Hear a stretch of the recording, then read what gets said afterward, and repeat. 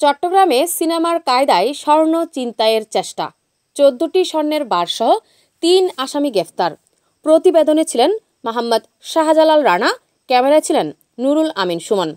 চট্টগ্রাম মহানগরীর ব্যস্ততম এলাকা পুরাতন রেল স্টেশন চত্বরে ঘটে গেল চাঞ্চল্যকর এক স্বর্ণ ছিনতাইয়ের চেষ্টা।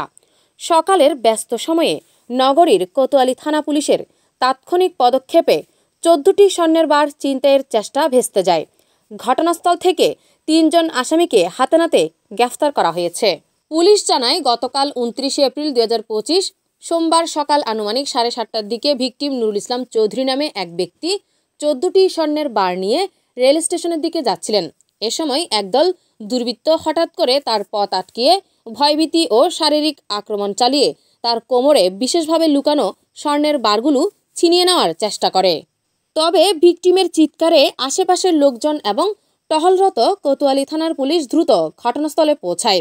পুলিশ তাৎক্ষণিক অভিযান চালিয়ে ছিনতাইকারী চক্রের 3 সদস্য 38 বছর বয়সী শাহরিয়ার কবির ওরফে সুমন, 53 বছর বয়সী মোহাম্মদ মাহমুদুল আলম এবং 41 বছর বয়সী মোহাম্মদ নিজামকে গ্রেফতার করতে সক্ষম হয়। তাদের অন্যান্য সহযোগীরা মনির, জাহাঙ্গীর ও মুজিবুল হক সহ আরও 2-3 জন অজ্ঞাতনামা ব্যক্তি পালিয়ে যায়। তবে ছিনতাইয়ের সময় 14টি স্বর্ণের বার, যার বাজার মূল্য প্রায় 1,80,00,000 টাকা, তা উদ্ধার করে পুলিশ নিরাপদ হেফাজতে নিয়ে যায়। পরে ভিকটিমের ছেলে আনিসুর ইসলাম চৌধুরী বাদী হয়ে কোতোয়ালি থানায় দ্রুত বিচার আইনে মামলা দায়ের করেন। মামলা রুজু হয়েছে আইনশৃঙ্খলা বিঘ্নকারী অপরাধ দ্রুত বিচার সংশোধন আইন 2019-এর 4-5 ধারায়। মামলার তদন্তভার গ্রহণ করেছেন এসআই ইমাম হোসেন। গ্রেফতারকৃত 3 আসামির বিরুদ্ধে নগরীর একাধিক থানায় পূর্বেও বিভিন্ন অপরাধের মামলা রয়েছে বলে জানিয়েছেন পুলিশ।